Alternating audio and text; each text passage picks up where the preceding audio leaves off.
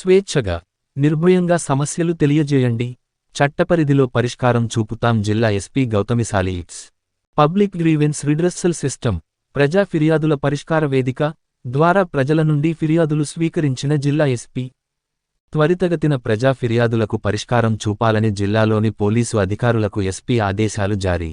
జిల్లా పోలీసు కార్యాలయంలో నిర్వహించిన ఈ కార్యక్రమంలో ప్రజల నుండి 79 ఫిర్యాదులు స్వీకరించిన జిల్లా ఎస్పీ స్వేచ్ఛగా, నిర్భయంగా సమస్యలు తెలియజేయాలని, వాటికి చట్టపరిధిలో పరిష్కారం చూపుతామని జిల్లా ఎస్పీ గౌతమిశాలి గారు ప్రజలకు విజ్ఞప్తి చేశారు.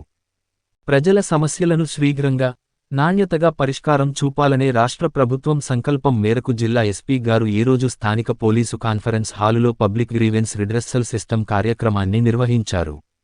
జిల్లా నలుమూలల నుండి వచ్చిన ప్రజల నుండి ఎస్పీ గారు 79 ఫిర్యాదులు స్వీకరించారు.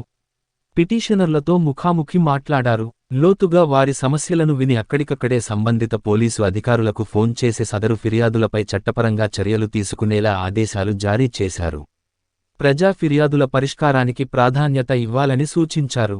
భార్యాభర్తల గొడవలు, కుటుంబ సమస్యలు, రస్తా వివాదాలు తదితర అంశాలపై ఫిర్యాదులు అందాయి. ఈ కార్యక్రమంలో అదనపు SP R. Vijayabhaskar Reddy, SBC I. Indira తదితరులు పాల్గొన్నారు.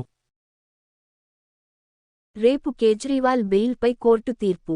జూన్ 24, 2024. రేపు కేజ్రీవాల్ బెయిల్పై కోర్టు తీర్పు. లిక్కర్ స్కామ్ కేసులో ఢిల్లీ సీఎం, ఆమ్ ఆద్మీ పార్టీ అధినేత కేజ్రీవాల్ బెయిల్ వ్యవహారం రోజురోజుకు ఉత్కంఠగా మారుతోంది. మనీలాండరింగ్ కేసులో ట్రయల్ కోర్టు బెయిల్ ఇచ్చినా కేజ్రీవాల్ జైలులోనే ఉండాల్సిన పరిస్థితి ఏర్పడింది.